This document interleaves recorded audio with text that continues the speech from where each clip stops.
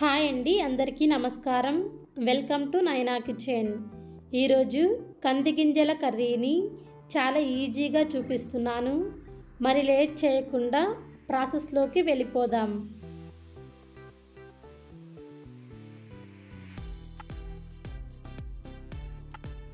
ముందుగా కందికాయలను ఒలుచుకుని కంది గింజలను తీసుకోవాలి. తర్వాత మిక్సీ జార్ తీసుకుని మిక్సీ జార్లోకి 8 వెల్లుల్లిపాయలు, 1 ఇంచు అల్లం ముక్క, 1 ఇంచు దాల్చిన చెక్క, 2 లవంగాలు, అరకప్పు దాకా పచ్చి కొబ్బరి లేదా ఎండు కొబ్బరి కూడా వేసుకోవచ్చు. కొబ్బరిని తురిమి వేసుకుంటే బ్లెండ్ చేసుకోవడానికి ఈజీ అవుతుంది.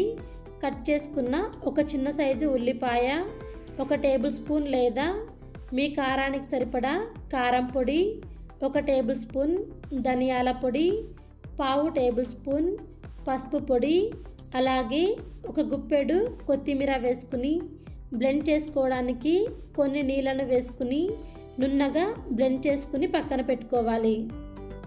తరువాత స్టవ్ మీద కుక్కర్ పెట్టుకుని కుక్కర్లోకి 2 టేబుల్ స్పూన్ల ఆయిల్ వేసుకోవాలి.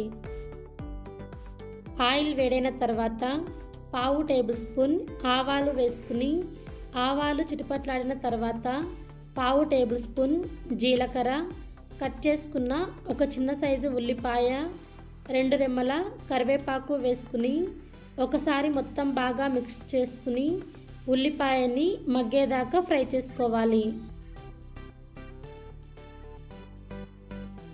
ఉల్లిపాయ మగ్గిన తర్వాత సన్నగా కట్ చేసుకున్న 2 టొమాటోలు వేసుకుని ఒకసారి మొత్తం బాగా కలుపుకుని టొమాటోని సాఫ్ట్గా మగ్గేదాకా ఫ్రై చేసుకోవాలి.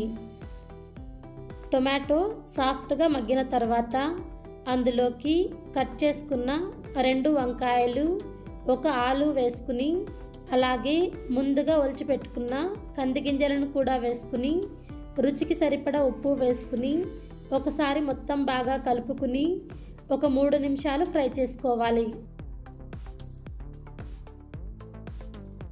ఫ్రై చేసుకున్న తర్వాత ముందుగా బ్లెండ్ చేసుకుని పక్కన పెట్టుకున్న కారం వేసుకోవాలి.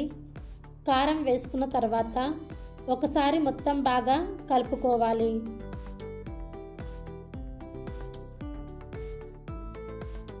కలుపుకున్న తర్వాత 1 గ్లాస్ నీళ్ళను వేస్తున్నాను. కర్రీ మరీ చిక్కగా కాకుండా మరీ పల్చగా కాకుండా మీడియంగా ఉండేటట్టు చూసుకుని నీళ్లు వేసుకోవాలి. నీళ్లు వేసుకున్న తర్వాత ఒకసారి మొత్తం బాగా కలుపుకుని కుక్కర్ మూత పెట్టుకుని 2 విజిల్స్ వచ్చేదాకా ఉడికించుకోవాలి. 2 విజిల్స్ వచ్చేంత వరకు ఉడికించుకున్న తర్వాత ప్రెషర్ మొత్తం పోయేంత వరకు ఉంచి కుక్కర్ మూత ఓపెన్ చేయాలి. చూడండి, కంది గింజల కర్రీ రెడీ అయింది. ఇందులోకి వంకాయలు, ఆలు వేసుకుంటే టేస్ట్ చాలా బాగుంటుంది. ఈ విధంగా కర్రీని కుక్కర్లో చేస్తే చాలా క్విక్గా చేసుకోవచ్చు, టైం కూడా సేవ్ అవుతుంది. ఈ కర్రీని చపాతీలోకి కానీ రొట్టెలోకి కానీ అన్నంతో కానీ పుల్కాతో కానీ తింటే టేస్ట్ చాలా బాగుంటుంది. వీలైతే మీరు కూడా ఒక్కసారి ఈ విధంగా ట్రై చేసి చూడండి, ఖచ్చితంగా ఇష్టపడతారు. ఈ రెసిపీ నచ్చినట్లయితే ఒక లైక్ ఇవ్వండి, షేర్ చేయండి. మరిన్ని రెసిపీస్ కోసం నైనా కిచెన్ ఛానల్ని సబ్స్క్రైబ్ చేయండి. థ్యాంక్ యూ ఫర్ వాచింగ్ నైనా కిచెన్.